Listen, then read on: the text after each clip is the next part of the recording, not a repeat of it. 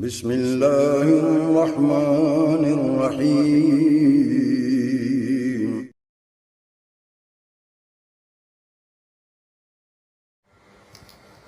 دین اسلام کی دعوت کو عام کرنے میں ہمارے مددگار بنیے اور ہمارے چینل دیوبند اسلامک اسٹوڈیو 11 کو سبسکرائب کیجیے. جزاکم اللہ خیر. Deoband Islamic studio 11. الحمد لله وحده والصلاة والسلام على من لا نبي بعده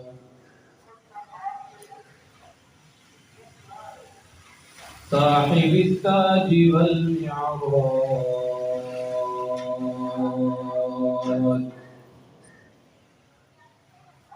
سيد الإنس والجنات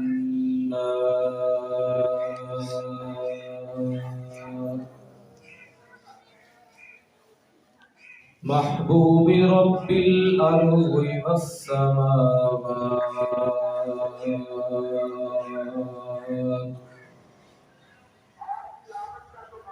الذي اسمه مكتوب في الإنجيل والتوراة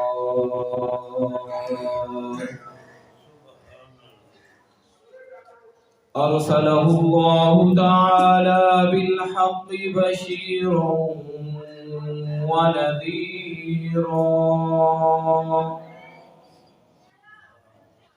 وداعيا إلى الله بإذنه وسراجا منيرا.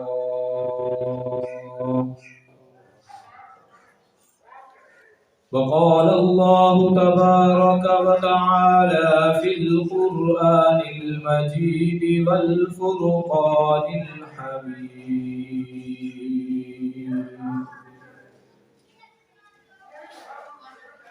لقد من الله على المؤمنين إذ بعث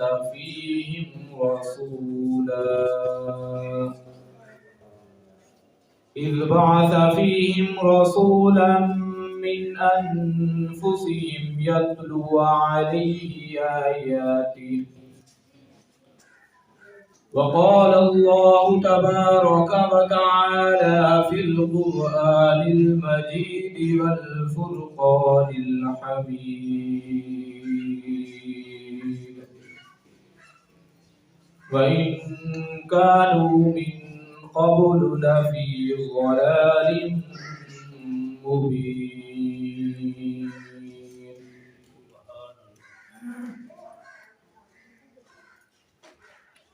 صدق الله العظيم وصدق رسوله النبي الكريم ونحن على ذلك لمن الشاهدين والشاكرين والحمد لله رب العالمين.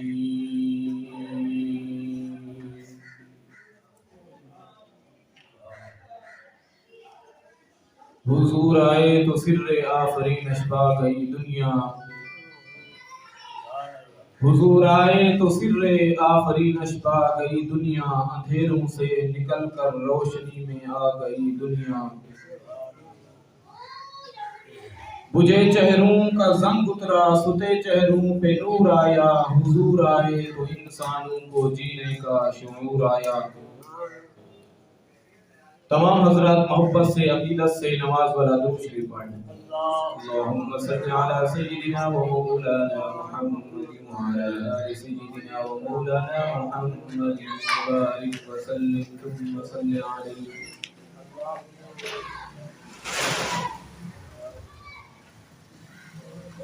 میرے انتہائی عزت تعظیم و تقریم قابل قدر بزرگوں اور نوجوان دوستو، میں نے آپ حضرات کے سامنے قرآن مجید فرقان حمید میں سے چھوٹی سی 2 آیات مبارکہ تلاوت کی ہیں. رب لم یزل سے دعا ہے کہ خلاق کائنات کے عالم اللہ رب العزت جو کچھ میں نے پڑھا ہے اس کا صحیح معنی مطلب مفہوم بیان کرنے کی توفیق عطا فرمائے، اور یہ بھی دعا ہے اللہ رب العزت سے کہ وہ میں کہنے والے کو آپ سننے والوں کی طرح عمل کرنے کی توفیق عطا فرمائے۔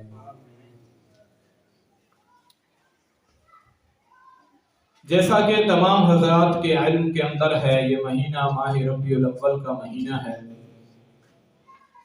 اس مہینہ کے اندر سرور کائنات محبوب رب الارض والسماوات آمنہ کے در یتیم محمد مصطفیٰ احمد مجتبیٰ سب کہہ دو صلی اللہ علیہ وسلم کی آمد ہے۔ آپ اس دنیا کے اندر تشریف لائے،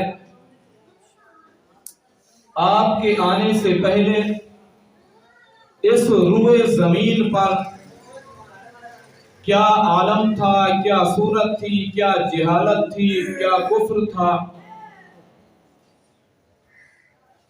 میں قرآن کی مدد لیتے ہوئے، قرآن سے سہارا لیتے ہوئے آج کے خطبہ کے اندر چند باتیں آپ کے گوشے گزار کرنا چاہتا ہوں کہ آپ کے آنے سے پہلے اس دنیا کی کیا صورتحال تھی، کیا نظام تھا، اس دنیا کے اندر کفر اور جہالت کیسے چھائی ہوئی تھی، اس روئے زمین پر انسان اس جہالت اور کفر کی دلدل میں کیسے پھنسے ہوئے تھے۔ آپ علیہ السلام کو اللہ تبارک و تعالی نے جب بھیجا تو اللہ نے قرآن کے اندر اعلان کر دیا، اے میرے پیارے حبیب کے امتیوں، میں نے تم پر بہت بڑا احسان کر دیا۔ اے اللہ، تو نے زمین بنا دی، احسان نہیں جتلایا۔ تو نے آسمانوں کو بغیر ستون کے کھڑا کر دیا، احسان نہیں جتلایا۔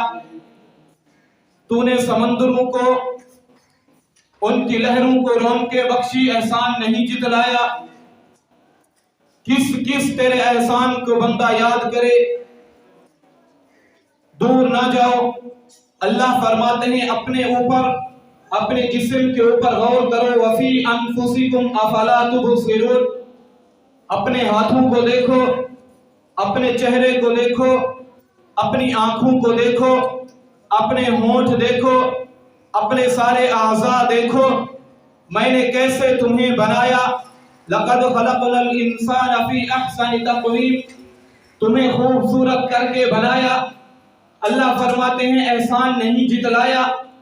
پھر دور آیا، اس جب روئے زمین کو بنا لیا، پھر اللہ نے چاہا اس روئے زمین پر میں ایک انسان بناؤں، انسان بنا کر اس روئے زمین کو آباد کروں۔ تو فرشتوں نے کہا اے اللہ، تو ایک ایسی مخلوق پیدا کرنا چاہتا ہے جو زمین کے اندر آ کے فساد مچائے گی، جو زمین کے اوپر آ کے خون ریزی کرے گی۔ اللہ فرماتے ہیں میں نے پھر حضرت آدم علیہ السلام کو پیدا کیا۔ ان کو پیدا کرنے کے بعد انہیں جنت کے اندر بھیجا، اور جنت سے پھر میں نے انہیں زمین پر بھیجا، احسان نہیں جتلایا۔ پھر اللہ فرماتے ہیں جب آدم علیہ السلام کو میں نے پیدا کیا، آدم علیہ السلام کو پیدا کرنے کے بعد جب ان کے جسم اطہر کے اندر میں نے روح ڈالی، جب ان کے اندر روح آئی، انہوں نے اپنے آنکھیں کھولی۔ جب انہوں نے آنکھیں کھولی تو سامنے اللہ کے عرش کے پے کے اوپر دیکھا، جو اس وقت کلمہ لکھا ہوا تھا وہ کیا تھا؟ وہ لکھا ہوا تھا لا الہ الا اللہ محمد رسول اللہ۔ آدم علیہ السلام نے سوال کیا اے اللہ، سب سے پہلے تو نے مجھے پیدا کیا، میں تیرا نبی ہوں، میں تیرا محبوب ہوں، میں تیرا پیغمبر ہوں، تو نے سب سے پہلے مجھے پیدا کیا، لیکن آپ کے ادھر ستون پر نام کسی اور کا لکھا ہوا ہے، اللہ کیا ماجرا ہے؟ اللہ فرماتے ہیں آدم، یہ تو سب سے پہلے آیا ہے، تو ان کباب دادا ہے، یہ تیری اولاد ہوگی، لیکن تیری اولاد میں سے محمد وہ ہے جو مجھے اتنا پسند ہے، جو میرا اتنا محبوب ہے، تیرے آنے سے پہلے، تیرے بننے سے پہلے، سب چیز کے بنانے سے پہلے اس لا الہ الا اللہ کا کلمہ میں نے لکھ دیا تھا۔ یہ جو میرا پیارا حبیب ہے یہ تمام انبیاء کے آئے گا بعد میں، لیکن اس کو مقام اور مرتبہ میں نے یہ دے دیا کہ یہ سب سے پہلے جنت کے اندر داخل ہوگا، اور پھر یہاں بس نہیں کی۔ اللہ فرماتے ہیں اے آدم، تم سے پہلے کئی ہزاروں سال پہلے تمہاری قومیں آئیں گی اور بھی انبیاء آئیں گے، یہ نبی سب سے آخر میں آئے گا، اس کی امت بھی سب سے آخر میں آئے گی، لیکن مقام میں نے انہیں یہ دیا اپنے پیارے حبیب کی وجہ سے، یہ آئیں گے سب سے آخر میں، لیکن جنت میں یہ سب سے پہلے جائیں گے۔ یہ اس امت کو اعزاز کس لیے بخشا؟ رسول اللہ صلی اللہ علیہ وسلم کی ذات کی وجہ سے۔ اللہ فرماتے ہیں اے اللہ، تو نے یہ سارا کچھ بنانے کے بعد احسان نہیں جتلایا۔ قرآن کے اندر صرف ایک جگہ پر اللہ احسان جتلا رہے ہیں۔ احسان جتلانا دنیا کے اندر تو اچھی بات نہیں ہے۔ اگر کوئی بندہ کسی پر احسان کرتا ہے، وہ پھر آ کے لوگوں کو کہے او جی میں نے اس کے اوپر احسان کیا، میں نے اس کے ساتھ یہ اچھائی کی، لوگ سمجھتے ہیں اور لوگ کہتے ہیں یہ اچھی بات نہیں ہے۔ اگر تو نے احسان کیا ہے تو اللہ کی رضا کے لیے کیا ہے۔ اب لوگوں کو بتاتا پھرتا ہے میں نے اس پر احسان کیا، احسان تو اچھی بات نہیں ہے، لیکن رب ذوالجلال خود احسان جتلا رہے ہیں۔ اس پوری کائنات کو پیدا کرنے کے بعد یہ کیسا ہوا؟ تو اللہ فرماتے ہیں میں نے تمام چیزیں تمہیں دے دی، احسان نہیں جتلایا، کیونکہ ہر چیز میرے خزانے کے اندر بہت زیادہ ہے۔ تم امت کے لوگ مانگتے جاؤ، میں دیتا جاؤں۔ رب محمد کی قسم لوگو، تم ساری کی ساری دنیا والے ایک میدان کے اندر جمع ہو کر مختلف چیزیں مانگو، اللہ سے کوئی گندم مانگے، اللہ سے کوئی چاول مانگے، اللہ سے کوئی پانی مانگے، مختلف قسم کے فروٹ اور پھل مانگو، اللہ فرماتے ہیں میرے خزانے کے اندر کوئی کمی نہیں ہے، تم مانگتے جاؤ میں دیتا جاؤں گا، تم مانگتے مانگتے تھک جاؤ گے، میں دیتے دیتے نہیں تھکوں گا۔ لیکن اللہ ایسی کیا بات ہے جس کی وجہ سے تو قرآن کے اندر احسان جتلا رہا ہے؟ تو اللہ فرماتے ہیں لقد من اللہ علی المؤمنین اذ بعث فیہم رسولا، احسان تمہیں اس لیے تم پر جتلا رہا ہوں، یہ جو تمہیں میں نے اپنا پیارا حبیب محمد مصطفیٰ احمد مجتبیٰ سب کہہ دو صلی اللہ علیہ وسلم، اتنا بڑی عظمتوں والی شخصیت جو تمہیں دی ہے، تو اس وجہ سے احسان جتلایا۔ کائنات کے لوگوں، میرے خزانے کے اندر کسی چیز کی کمی نہیں ہے، میرا خزانہ ہر چیز سے بھرا ہوا ہے، صرف میرے خزانے کے اندر ایک چیز ایک تھی، اور وہ تھی محمد رسول اللہ صلی اللہ علیہ وسلم، جو میں نے تمہیں دے کر اپنا خزانہ خالی کر دیا۔ اب قیامت تو آ سکتی ہے لیکن اور کوئی نبی نہیں آ سکتا۔ یہ ہمارا عقیدہ ہے کہ حضور صلی اللہ علیہ وسلم آخری نبی ہیں، آپ کے بعد قیامت تو آ سکتی ہے لیکن کوئی نبی نہیں آ سکتا۔ کہہ دو بے شک۔ میرے محترم دوستو، میرا ٹاپک، میرا موضوع یہ تھا کہ آپ کے آنے سے پہلے اس روئے زمین پر کیا عالم تھا، کیا فساد تھا۔ اس روئے زمین پر لوگ ایسی گمراہی اور جہالت کے اندر پھنسے ہوئے تھے، نہ اس وقت توحید کا نام تھا۔ یہودیوں نے اپنے بت بنائے ہوئے ہیں، عیسائیوں نے اپنے بت بنائے ہوئے ہیں، کفار مکہ نے اپنے بت بنائے ہوئے ہیں، ہندوؤں نے اپنے بت بنائے ہوئے ہیں۔ بتوں کی بھی پوجا کی جا رہی ہے، انسان کی بھی پوجا کی جا رہی ہے، حیوان کی بھی پوجا کی جا رہی ہے، حتیٰ کہ بے جان درختوں کی بھی پوجا ہوتی تھی۔ کوئی آگ کی پوجا کر رہا ہے، کوئی سورج کی پوجا کر رہا ہے، کوئی انسان کی پوجا کر رہا ہے، حتیٰ کہ اس وقت سانپ کی بھی پوجا کی جاتی تھی، کیونکہ اس کے اندر ڈسنے کی طاقت تھی۔ لوگ کہتے تھے یہ بھی خدا ہے۔ بچھو کی بھی پوجا ہو رہی ہے، لوگ کہتے تھے یہ بھی خدا ہے۔ اور کیا عالم تھا دنیا کے اندر، یہ عالم تھا عورت کی کوئی عزت نہ تھی، بچی کی کوئی عزت نہ تھی، ماں کی کوئی عزت نہ تھی، بیٹی کی کوئی عزت نہ تھی۔ وہ زمانہ جہالت اتنا گرا ہوا تھا، ایک بھائی اپنی بہن کو خود نہلا کر سوا کر اس کے گلے کے اندر مختلف قسم کے زیور سے اسے آراستہ کر کے گلی کے اندر کھڑے آوازیں لگا رہا ہے، اوے دنیا والوں، اوے گلی سے گزرنے والوں، آؤ یہ میری بہن فروخت ہے، اسے لے لو۔ وہ اپنی بہن کی خود خوبیاں بیان کرتے تھے، خود حسن بیان کرتے تھے، میری بہن کا سینہ ایسا، میری بہن کی کمر ایسی، میری بہن کا حسن ایسا، اتنا گرا ہوا معاشرہ۔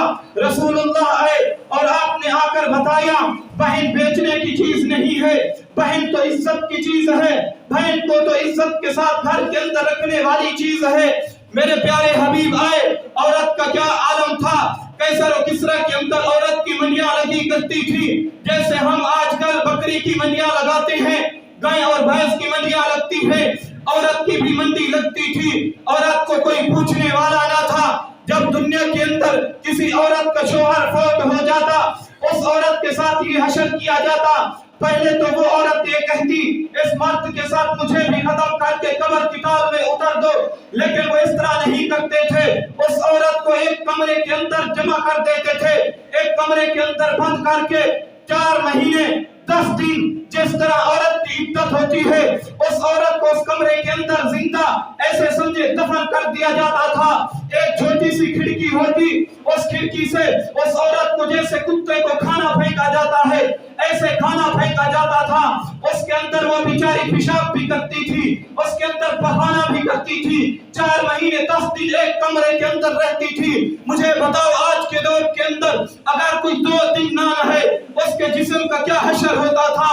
اسلام سے پہلے یہ عالم تھا، اس عورت کی کوئی عزت نہ تھی، 4 مہینے 10 دن کے بعد جب وہ باہر نکلتی تھی تو تاریخ لکھتی ہے اس کے اندر اتنا بدبو اور جراثیم پھیل چکے ہوتے تھے، اس کے ساتھ اگر کسی جانور کو باندھ دیا جاتا تو وہ جانور بھی ہلاک ہو جاتا تھا، اس کے ساتھ ظلم و ستم کیے جاتے تھے، اس کو پھر ختم کر دیا جاتا تھا۔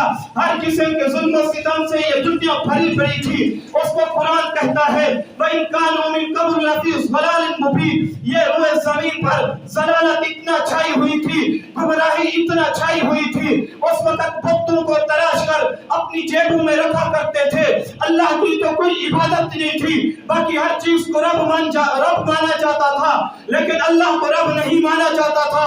حضرت سیدنا ابو غفاری رضی اللہ تعالیٰ عنہ رسول اللہ کے صحابی ہیں، وہ فرماتے ہیں میں ایک مرتبہ سفر پہ جا رہا تھا، میں نے اپنا بت اٹھایا جو تقریباً 1 انچ کا تھا، میں نے اسے اپنی جیب کے اندر ڈالا، اور آج کے دور کے اندر دیکھو، آج کے دور کے اندر اندازہ لگاؤ اس وقت خدا کون سے تھے۔ اس وقت خدا ایسا ہوتا تھا جسے لوگ اپنی جیب کے اندر رکھا کرتے تھے۔ حضرت ابو ذر کہتے ہیں میں نے اسے جیب کے اندر رکھا، میں ایک سفر پہ چلا گیا، میں نے یہ سوچا کہ سفر کے اندر مجھے کوئی مشکلات آئی تو اپنے خدا سے مدد لوں گا، اگر مجھے کھانے کی ضرورت پڑی اپنے خدا سے مدد لوں گا، اگر مجھے پیاس کی ضرورت پڑی تو اپنے خدا سے مدد لوں گا۔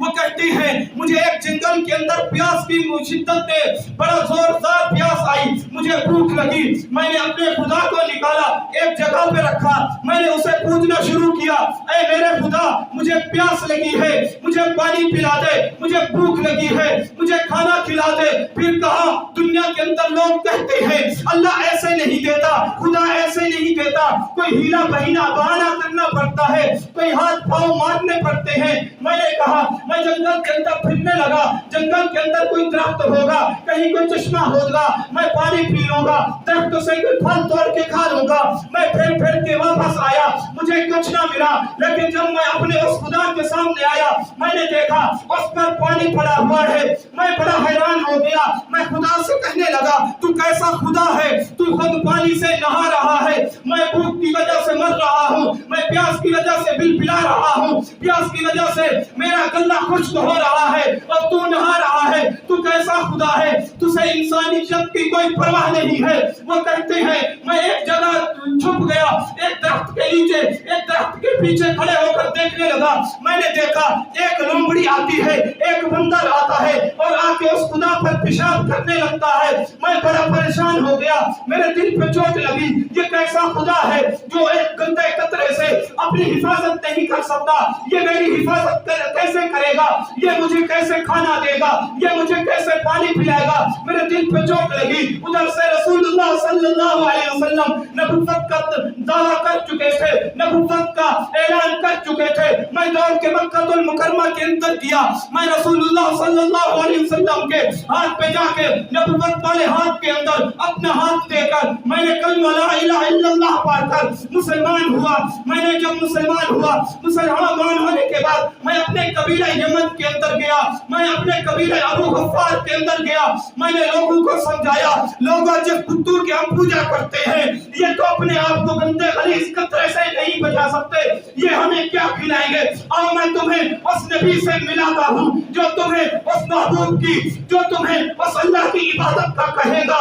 وہ اللہ ایک ہے، نہ وہ کسی سے جنا گیا ہے نہ اس سے کوئی جنا گیا ہے۔ وہ قرآن کے اندر اللہ خود کہتے ہیں قل هو اللہ احد قل هو اللہ احد اللہ الصمد لم یلد ولم یولد ولم یکن له کفوا احد۔ اور دنیا والوں میں وہ ہوں، نہ مجھ سے کوئی پیدا ہوا ہے، نہ میں کسی کو پیدا کرتا ہوں، نہ میری کوئی اولاد ہے، تم ساری مخلوق کو میں نے پیدا کیا۔ ادھر سے کفار مکہ یہود و نصارہ کہتے ہیں اللہ کی بیٹیاں ہیں، فرشتے اللہ کی بیٹیاں ہیں، اپنے لیے بیٹے چنتے ہیں اور اللہ کے لیے بیٹیاں چنتی ہیں۔ حضرت ابو ذر غفاری کہتے ہیں میں جب محبوب کے ہاتھ کے اندر اپنا ہاتھ دے کے میں مسلمان ہوا، پھر اللہ نے مجھے مقام دیا، میں نے شرف صحابیت حاصل کیا، میرے قبیلے والے مسلمان ہوئے، پھر ہمیں مقام دے ملا۔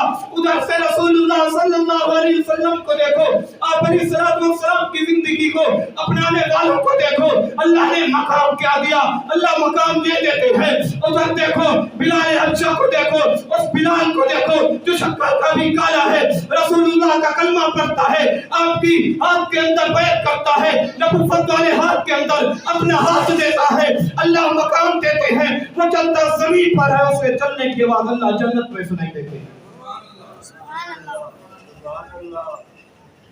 یہ جو آج اللہ نے مجھے اور آپ کو پیارے اسلام نے امن دی ہے، ایک بات یاد رکھو، دنیا کے اندر جس وقت سے آدم علیہ السلام پیدا ہوئے قیامت کی صبح تک دین اسلام سے زیادہ امن والی اور کوئی چیز نہیں ہے۔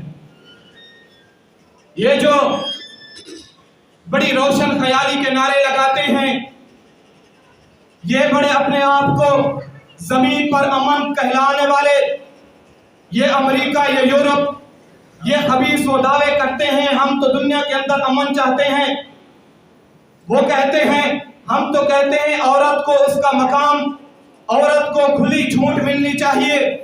جس طرح یہ مکہ اللہ کا گھر ہے، بجائے اس کے اندر اللہ کی عبادت کی جائے۔ کفار مشرکین اس وقت وہاں پر ریسیں لگایا کرتے تھے، میلے لگایا کرتے تھے، اللہ کے گھر کے اندر ہر قسم کی خرافات لایا کرتے تھے۔ اس وقت عورتیں اور مرد آپس میں مقابلے ہوتے تھے۔ یہ روشن خیالی نہیں، رب محمد کی قسم لوگوں، یہ تو رسول اللہ صلی اللہ علیہ وسلم کے آنے سے پہلے والی وہ خرابیاں جو روئے زمین پر پھیلی ہوئی تھی، وہ بے حیائی، وہ خرافات، یہ اسی کے اندر پھر ہمیں مبتلا کرنے چاہتے ہیں۔ میں ان اپنی ماؤں بہنوں اور بیٹیوں کو کہنا چاہتا ہوں جو کہتی ہیں اسلام نے ہمیں کیا دیا، اسلام نے ہمیں ایک گھر کے اندر محفوظ کر دیا۔ میں ان سے کہنا چاہتا ہوں تاریخ اٹھاؤ، تاریخ اٹھا کے رسول اللہ صلی اللہ علیہ وسلم کی آمد سے پہلے اپنا مقام اور اپنا حال تو دیکھو، اپنا حشر تو دیکھو۔ وہ بیٹی جو آج کہتی پھرتی ہے مجھے گھر سے باہر نکلنے کی اجازت نہیں ملتی، میں گھر سے باہر نکلتی ہوں تو اسلام کہتا ہے اپنے آپ کو ڈھانپ پہ نکل۔ میں اس طرح نہیں کرتی۔ ہمارے آج پاکستان کی ٹیمیں بنائی جاتی ہیں، کرکٹ کی بھی ٹیمیں ہیں۔ میری ماں بہن دوست بھی تو ایک عورت تھی، سیدہ فاطمہ الزہرا رضی اللہ تعالی عنہا نے حضرت علی کو فرمایا اے علی، جس وقت میرا جنازہ اٹھے تو میرا جنازہ رات کو لے کے جانا، کہیں ایسا نہ ہو میرا چہرہ یا تو صرف محبوب رب العالمین محمد رسول اللہ نے دیکھا ہے یا تو میرا چہرہ علی نے دیکھا ہے، میں چاہتی ہوں میرا چہرہ بھی صرف محبوب نے دیکھا، میرا چہرہ یا صرف علی نے دیکھا۔ میں چاہتی ہوں جب میرا جنازہ میرے گھر سے نکل کے قبرستان کے اندر جائے تو میں چاہتی ہوں میرے جنازہ میرا کفن بھی کوئی غیر محرم نہ دیکھے۔ آج روشن خیالی کی نعرے لگانے والی میری ماں بہنوں، تمہیں کس دور کے اندر جی رہی ہو؟ تم کیا چاہتی ہو؟ رسول اللہ سے پہلے والا زمانہ دوبارہ زندہ ہو جائے، وہ جہالت وہ کفر دوبارہ آ جائے؟ میں آج وقت بہت مختصر ہے، آخری بات کر کے ختم کرتا ہوں۔ جس ماں اور میری بہن میری بیٹی جو یہ نعرے لگاتی ہے اسلام نے مجھے کیا دیا، میں تجھے بتاتا ہوں۔ اسلام نے تجھے کون سی عزت بخشی ہے، اسلام نے تجھے جو مقام دیا ہے وہ دیکھ۔ رسول اللہ کا زمانہ ہے، آپ نے دیکھا ایک آدمی آتا ہے اپنی بیٹی کو لیے ہوئے چوم رہا ہے، رسول اللہ نے فرمایا تو بیٹی کو کیوں چومتا ہے؟ وہ کہنے لگا رسول اللہ اے پیارے حبیب مجھے پتا نہیں تھا، جب آپ نہیں آئے تھے، آپ کے آنے سے پہلے میں نے اپنی 7 بیٹیاں زندہ دفن کر چکا ہوں، یہ تو آپ کے آنے کے بعد مجھے پتا چلا ہے۔ بیٹی زندہ دفن کرنے کی چیز نہیں ہے، بیٹی تو چومنے کی چیز ہے، بیٹی تو سونگھنے کی چیز ہے، بیٹی تو گھر کے اندر محفوظ رکھنے کی چیز ہے۔ رسول اللہ کے پاس آیا اور آ کر کہنے لگا اے اللہ کے حبیب آپ کہتے ہیں میں کائنات کے اندر وَمَا أَرْسَلْنَاكَ إِلَّا رَحْمَةً لِلْعَالَمِينَ بن کے آیا ہوں، آپ کہتے ہیں جتنا بڑا گناہ گار ہو آپ کا کلمہ پڑھ لے میں اس کی رحمت کے نیچے آ کے میں بخش دوں، میں اسے بخشوا دوں گا۔ کیا میرا ایک بہت بڑا گناہ ہے میں بخشا جا سکتا ہوں؟ کیا مجھے معافی مل سکتی ہے؟ رسول اللہ نے فرمایا مسالے والا کے وجود روشن ضمیر مسلمانوں میری بہت توجہ سے سماعت کرنا، اپنے دلوں پہ ہاتھ رکھ کے سماعت کرنا۔ رسول اللہ کے آنے سے پہلے کا زمانہ بتا رہا ہوں۔ آج جو کہتے ہیں اسلام نے ہمیں کیا دیا، اسلام نے وہ عزت دی جو دیکھ جو ہماری بیٹی کو بھی عزت دی، میری ماں کو بھی عزت دی، ماں کو وہ مقام ملا۔ آپ کے آنے سے پہلے ماں کی یہ صورتحال تھی، ایک بندے کی 6 بیویاں ہوتی تھی، جب وہ بندہ مرتا تھا ان ماؤں کو تقسیم کیا جاتا تھا جیسے آج وراثت تقسیم ہوتی ہے، بیٹے تقسیم کرتے تھے ان ماؤں کے ساتھ زیادہ کرتے تھے کہ یہ ہمارے باپ کی وراثت ہمیں ملی ہے۔ اور میں اب تمہیں بتاتا ہوں وہ بندہ کہنے لگا میری ایک بیٹی تھی، بیٹی کیسی تھی؟ میں اس دنیا کے اندر جب رہتا تھا مکہ کی پاک دھرتی پر رہتا تھا، میری بیوی اس وقت حاملہ تھی، میں ایک کام کی وجہ سے چلا گیا، مجھے 2-3 سال ادھر گزر گئے، میں نے اپنی بیوی کو کہا اگر بیٹا ہو تو اسے پرورش کرنا، اسے رکھنا، اگر بیٹی ہو تو اسے اس وقت مار دینا۔ وہ کہتا ہے میں چلا گیا، جب میں واپس آیا میں اپنے بوئے پر آیا، اپنے دروازے پر آیا، میں کیا دیکھتا ہوں ایک بچی دوڑ کے آتی ہے، میرے سینے سے لگ جاتی ہے، میرے پاپا آ گئے، میرا ابا آ گیا۔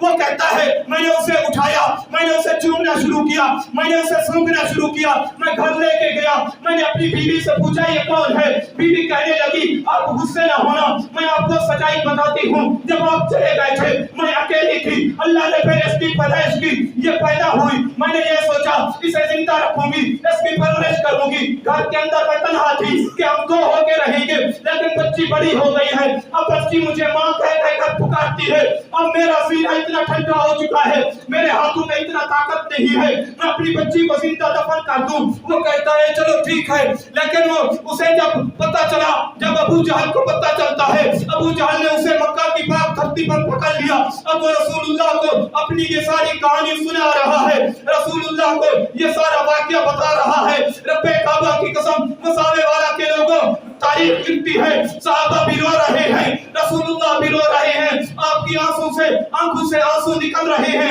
داڑھی مبارک تر ہو چکی ہے، وہ اپنا واقعہ بتا رہا ہے، وہ اپنا قصہ بتا رہا ہے۔ وہ کہتا ہے ابو جہل نے مجھے کہا میں نے سنا ہے تیرے گھر کے اندر ایک بیٹی ہے، تو اسے بڑا کرنا چاہتا ہے، تو قریشوں کی ناک کٹوانا چاہتا ہے، تو کی دماغ بنانا چاہتا ہے، میں تیرے گھر کو آگ لگا دوں گا، تجھے بھی ختم کر دوں گا، ورنہ اس بچی کو ختم کر دے، اسے زندہ درگور کر دے۔ وہ کہتا ہے میں گھر آیا، میں آ کر اپنی بیوی سے کہنے لگا کہ اس بچی کی تیاری کروا، میں اس کو اس کے ماموں کے گھر چھوڑ آتا ہوں۔ ابو جہل کو پتہ چل گیا ہے، وہ اسے زندہ دفن کروا دے گا۔ وہ کہتا ہے میں نے بچی کو اس کی ماں نے نہلایا، اسے تیار کیا، اس کی بچی کو میں نے اٹھایا، ایک کندھے پہ اس بچی کو رکھا، میری اس بات کو بڑی توجہ سے سننا، تم بھی بیٹی والے ہو، کتنا بیٹی پیاری ہے، وہ بیٹی کو دشمن کی بھی پیاری لگتی ہے۔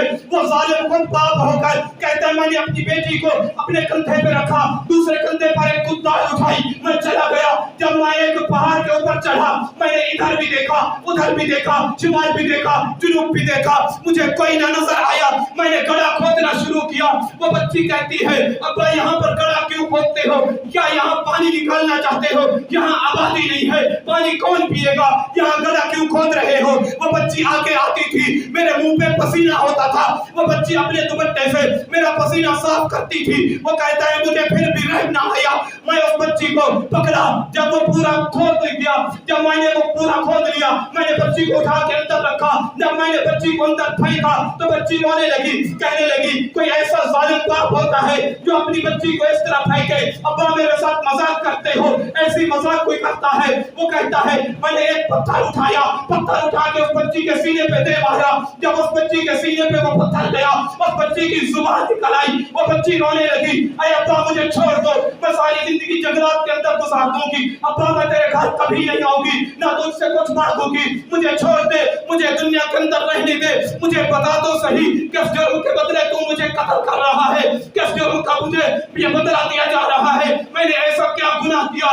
وہ باپ کہتا ہے مجھے پھر بھی ترس نہ آیا، میں نے اس کے اوپر مٹی ڈالنا شروع کی، میں نے اس کے اوپر مٹی ڈال دی، میں اسے زندہ دفن کر کے جب میں گھر کے اندر پہنچ گیا تو جس دن سے میں اس بچی کو دفن کر کے آیا ہوں آج تک کانوں کے اندر اس بچی کی آواز مجھے آتی ہے، وہ بچی روتی ہے، وہ بچی مجھے جو بار بار سنائے لگاتی تھی ابا مجھے چھوڑ دو، اماں کو میرے سلام کہنا، ابا میں ساری زندگی تیرے گھر نہ آؤں گی، ابا مجھے عرب کے جنگلات کے اندر چھوڑ دو، مجھے چھوڑ دو۔ وہ بچی کی آوازیں آج بھی میرے کانوں کے اندر گونجتی ہیں۔ رسول اللہ صلی اللہ علیہ وسلم رو رہے ہیں، صحابہ رو رہے ہیں، آپ نے فرمایا واقعی تو نے اتنا بڑا گناہ کیا، زمین و آسمان سے بڑا گناہ ہے، تیرا پہاڑوں سے بڑا گناہ ہے، اس پوری کائنات سے تیرا بڑا گناہ ہے، لیکن اتنا بڑا گناہ پھر بھی بخشا جا سکتا ہے۔ وَمَا أَرْسَلْنَاكَ إِلَّا رَحْمَةً لِلْعَالَمِينَ، کیونکہ میں دنیا کے اندر رحمت للعالمین بن کے آیا ہوں۔ اگر تو سچی توبہ کر کے